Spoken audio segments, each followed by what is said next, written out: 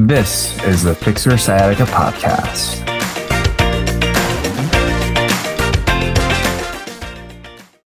Let's talk about rehab by text. Being able to manage some of the aches and pains, some of the challenges that you're dealing with, especially with something like sciatica, and how you're able to save money and also get some success just trying to manage this via text message or communicating directly with someone like me.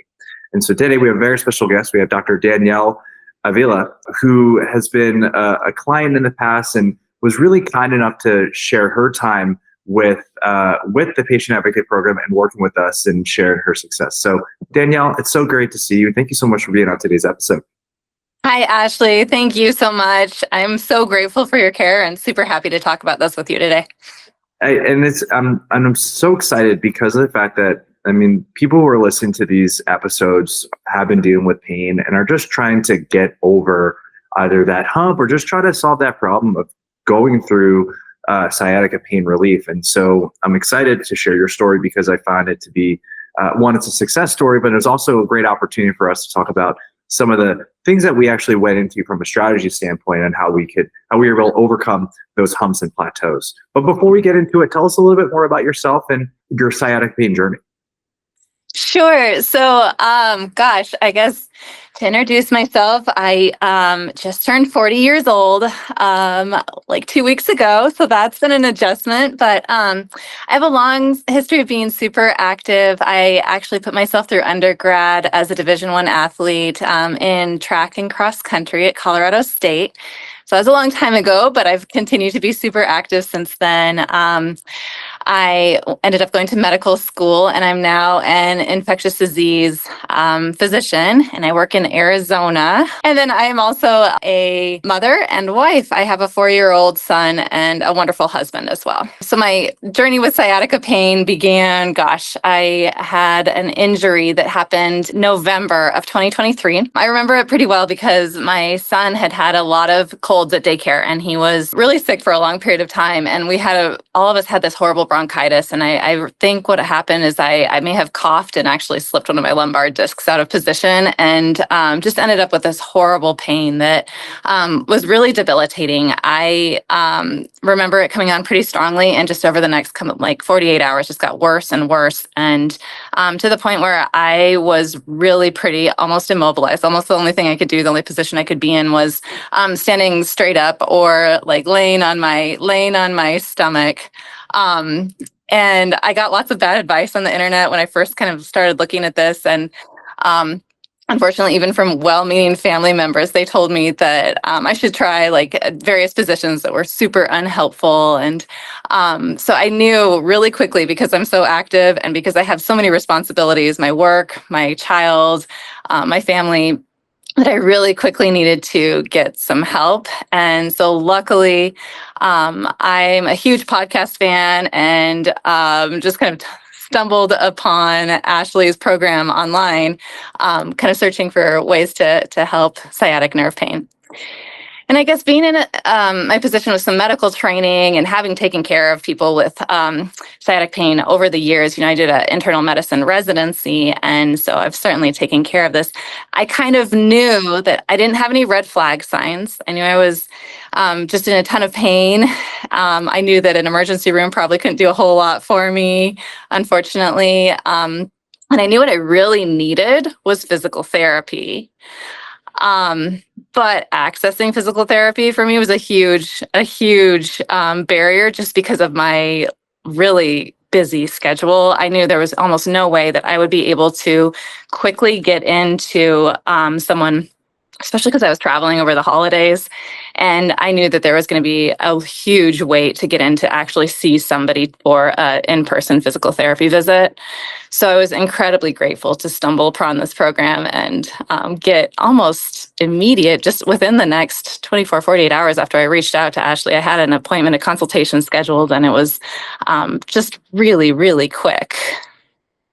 Yeah, it's unfortunate that you had to go through through this pain, but it really does highlight the delays in care that people receive or encounter, right? I would say out here in Marin County, which is between San Francisco and Napa in California, the average wait time for the typical outpatient clinic is about 3 to 4 weeks. So we kind of have a choice, right? It's either, book an appointment and then just be miserable for 3 to 4 weeks, right? And I see this often a lot, even when trying to book an appointment with any healthcare practitioner. It's like it's a long wait, and it's like, one, when you're going into an office, and you probably see this in the infectious disease as well, is like you're interacting with patients, which means that if you're interacting with the patient, you can't interact with like 3 to 4 patients at a time, because like our brains just physically can't handle that.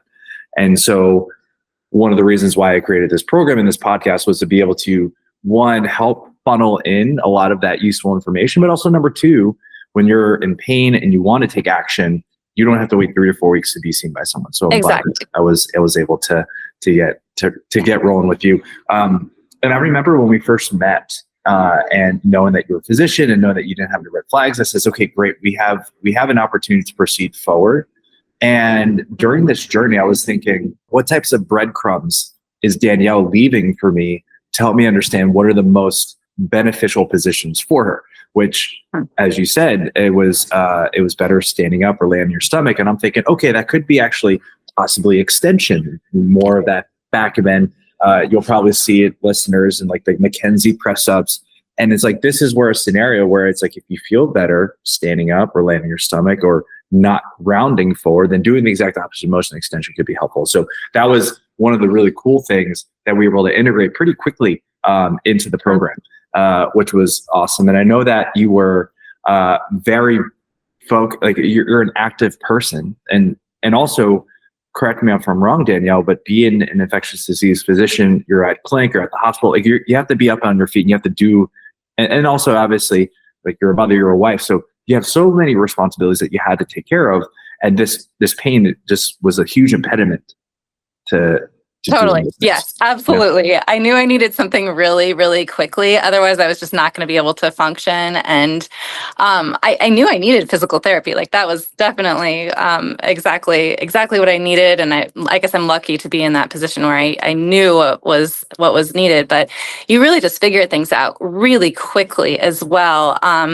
Just with the assessment of kind of going through step by step. Does this position help or hurt? What about this position? What about this position? And just doing that through the text messages really helped us make a kind of a diagnosis of the extension being the most helpful position really, really quickly. And I started to experience relief really quickly after that. I'm trying to remember how fast it was, but I think, almost immediate relief, almost an immediate reduction of symptoms, not, of course, to 100%. That took a really long time to get to feeling a lot better. But any improvement was life-saving at that moment. Because my lifestyle is so active. I had been running probably about 20 miles a week before this happened. And then on top of that, my day is just crazy. I had my son, who's a young toddler, who I needed to pick up and, help him get dressed, help him go to the bathroom, all of these daily activities. And then when I'm working, I'm just all over the place, depending on the day, maybe in clinic, maybe in the hospital, bending over, looking at all kinds of, physical exam findings. I'm just all over the place. So I really just had this incredibly active day that I was not going to be able to get through unless we did something quickly. So I was so grateful to have someone kind of nail down what was going to be the best next steps and help me make improvements really fast. I remember the day when I asked you, hey, did you get a chance to pick up your son yet? And you were enthused because you could, and you weren't scared, and you knew the strategies. And I remember, I think it was on our first initial call, I said, okay, but I think we spoke around like November, Thanksgiving time. And I said, before the end of the month, you're going to be able to pick up your son without worrying. And I remember that day where you said yes. And I was so excited because it wasn't just like, okay, we got your pain down. Okay, go ahead, start picking up your son. It was, okay, we got your pain down, but this is how you're going to pick up your son, and give you a little bit more insight in regards to some optimal body mechanics, giving you some visual representations. That was one of the big things that I noticed that I haven't had the opportunity or in my earlier days, was the fact that it's like, okay, we got the pain down, we got the fire out, put the fire out. But how do we get people back into doing the activities, like normal day activities? But eventually, we'll talk about running in a second, but I remember it's like, okay, well, I have to teach you how to pick up your son correctly, so you don't have to put yourself in a funky position. So that was a very super exciting. Well, and a couple other things that you did that, I mean, your just initial evaluation was super comprehensive. You looked at my car because I couldn't even drive myself to work. I couldn't even get in my car comfortably without, it was taking me like 20 minutes to get in my car, which is not really acceptable. And you did like a video call to come out to my car and actually look at the position of my car seat, the position of the steering wheel, and all of these little details that, I mean, that just would not be available or possible in the traditional physical therapy setting. So I was incredibly grateful for that too. And I mean, that was just immediate. You taught me breathing techniques that helped me get into a position that, again, that was also just like life-changing and life-saving, because otherwise I was going to be struggling to get in and out of the car and being pretty embarrassed in the parking lot trying to get around. So that was another just a kind of aspect of this care model that I would not have expected in the traditional PT setting.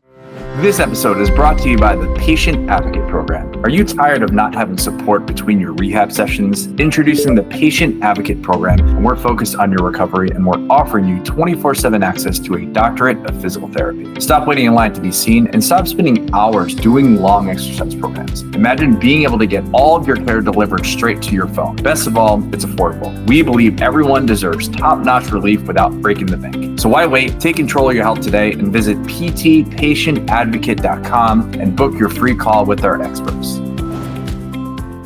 Yeah, absolutely. And so oftentimes, and I know that sometimes I'll talk to people and I'll say, yeah, we're going to get you better pretty quickly.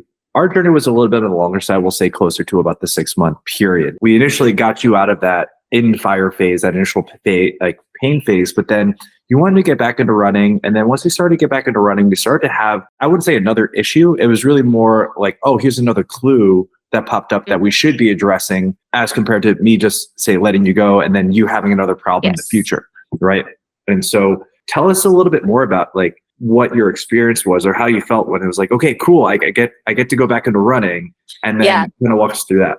Yeah, no, this was, and I guess if I could say, like, to take myself back to the beginning, if I could say some words of wisdom to my initially injured self, I would say just be really, really patient, because this is a long road. And you hear things online like, oh, you'll be back to normal in like 8 weeks. It was not 8 weeks for me to be back to normal, back to my usual baseline.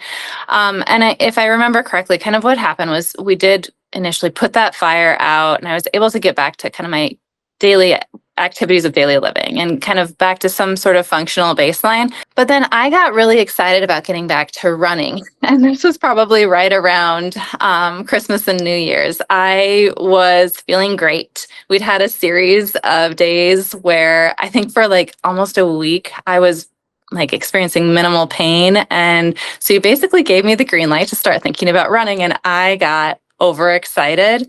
And I realized I still had quite a bit of residual, almost like muscle tightness and soreness, I guess, in probably my piriformis and some of the other gluteal muscles around there, and then kind of radiating down into my hamstring. The whole area was still really tight. So I got aggressive, and I think I may have caused myself to have some serious muscle spasm problems by really, really getting into some deep tissue massage using a lacrosse ball and a foam roller. And so I set myself back, I think, by doing that. But Ashley, you very smartly kind of explained, when I confessed to what I'd done, you kind of explained to me what you thought had happened. And then we sort of started a second phase of treatment where we had to tinker through things. And first of all, calm that muscle spasm down and kind of take a big step back. And then you kind of took me through a series of exercises to get me back on track with running, with, really looking at my form.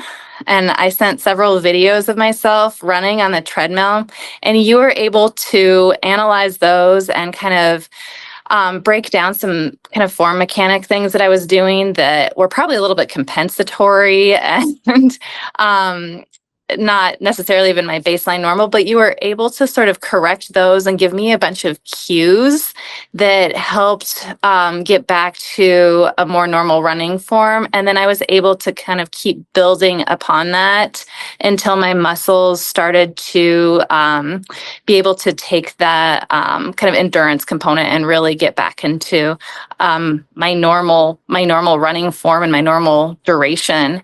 And I would say that was a slow process too. I wasn't expecting that to take as long as it did. And thank goodness you put up with me through that period, because I was very grumpy. I wanted to be over that initial injury phase, but I was really frustrated still because I just wanted to go back to my exercise. But there was a series of tweaks that you coached me through that probably lasted another 3 months, 4 months, until I was truly, truly building up my endurance to back to where I had been before the initial injury occurred. So that took a long time. And I'm really grateful that you didn't get sick of my complaining, because I think a lot of people would have said, you know what, you just need to go see someone else. You need to go see someone in person. And you need to start over with someone who can do a full evaluation in person. But this worked out. It really did. And I think just because you were very responsive and we just continued to do videos and continued to do a couple, I think we had an emergency call or two that happened as well when I was really, really upset about setbacks. But yeah, it took a long time, but you didn't give up on me, and I guess I didn't give up either. And we finally got back to normal. Yeah, I mean, I really appreciate your patience with me. I mean, when you're dealing with pain, it's really easy to think that you're going through this by yourself and that you're alone and that it's like in your head. But when you're working with someone, whether it be with me, whether it be with another physical therapist or anyone, you're not alone in this journey. And it can be it can absolutely be frustrating when you hit those plateau points or those setbacks, or you're not recovering as fast as you think. And I know, especially like you're a Division I athlete. Same thing with myself. And so I'm only going to say this for myself. It's not that like I ever compared myself to what swam, like what I did back when I was in college, but it was really more like, Ashley, you're like tougher than this. So you can just like keep pushing through. Yep. And I think what was, and I think I may or may not have told you this like during this time, but I was like, it was something along the lines of the moment I stopped being able to find things to address is the moment where it was time to find someone else. Or I think we also almost got to a point where it's like, okay, yeah, we should have someone do a little bit of hands-on assessment to see what's going on.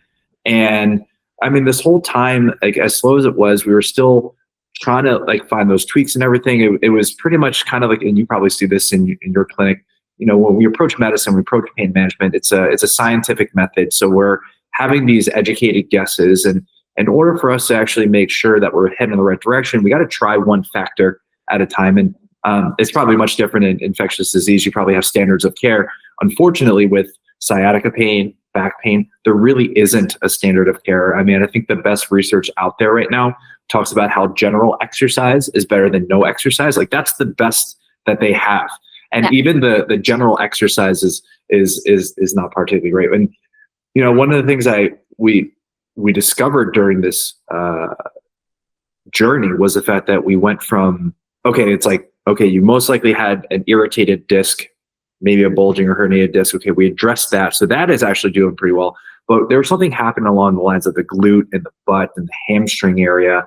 And then we were trying to figure out, well, was it the fact that the glute's gripping too much, or was it all these other things? And one of the big challenges, just say with glute pain itself, is the fact that our glutes are always on, but they're always moving. And so how can we get a muscle to go back to functioning normally when it's just being consistently worked, right? And that's where it was, we call it like the motor retraining, motor learning. And that's where we're kind of breaking it down. So yeah, again, thank you so much for your patience with me with all this. So Danielle, let's talk about the future, right? Like for you, here you are, you're in a much better spot now that you're not having this weight of sciatica pain holding you down.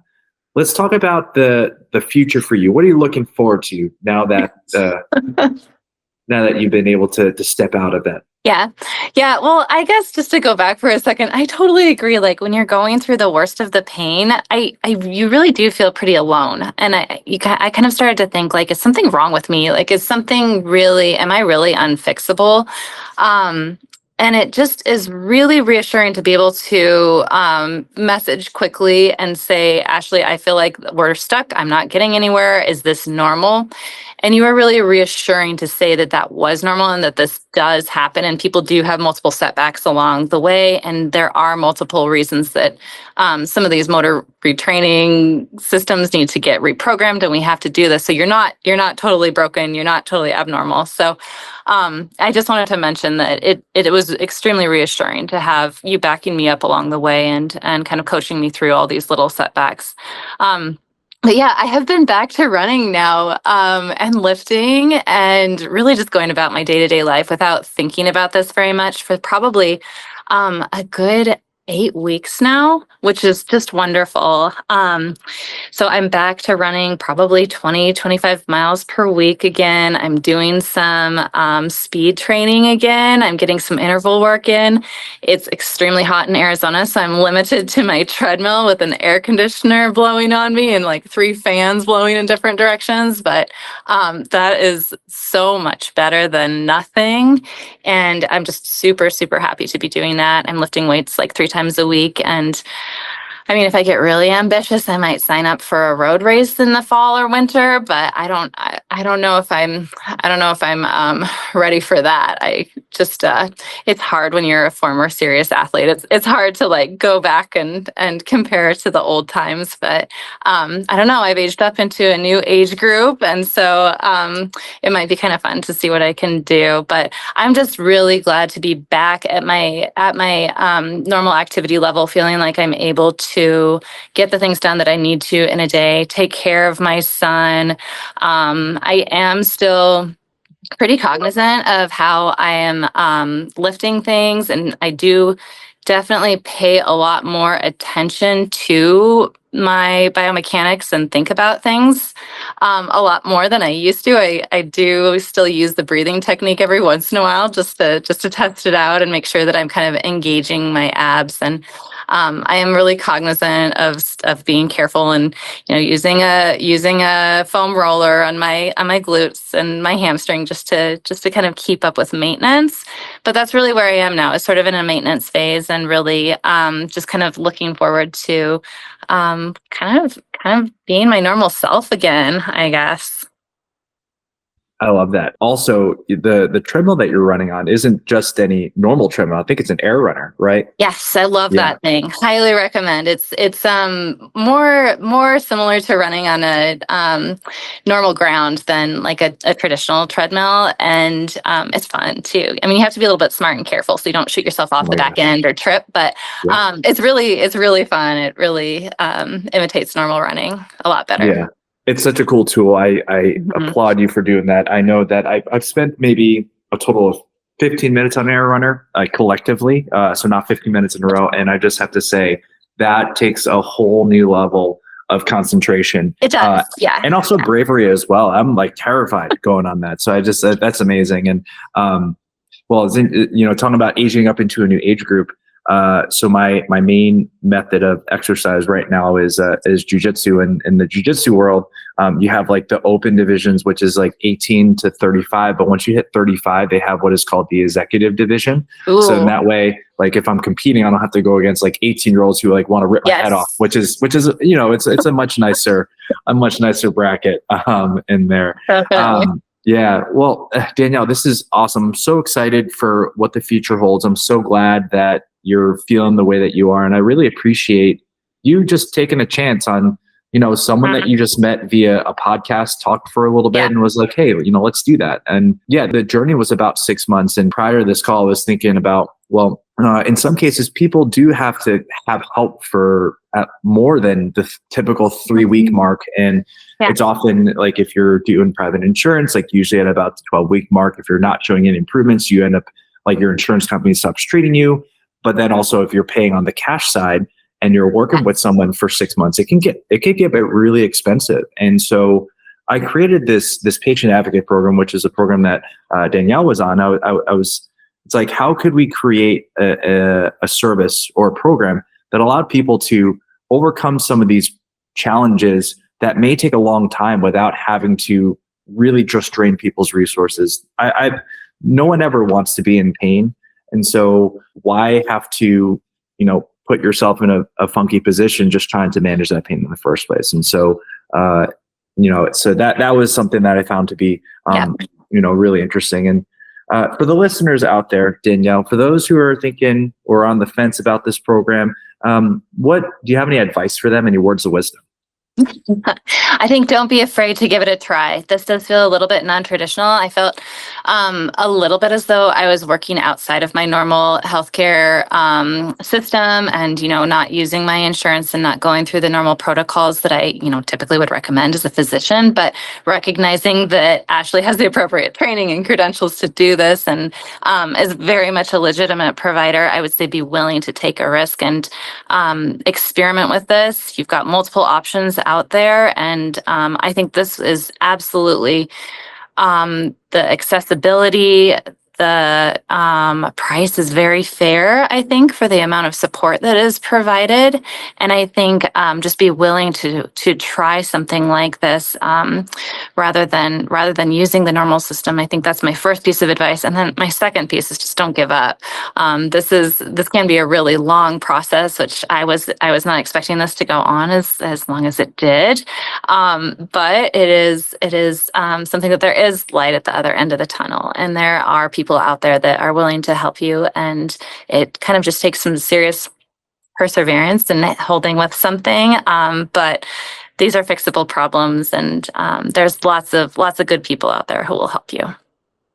Awesome. Danielle, you rock. I'm so happy to have worked with you. Thank you so much for your time and sharing your experience with us. And I wish you all the best.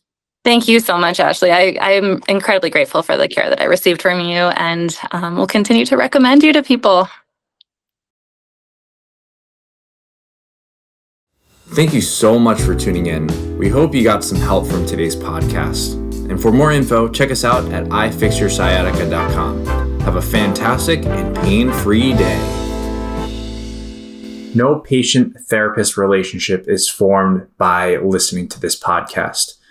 We are not providing medical advice, and all information should be confirmed by a medical provider.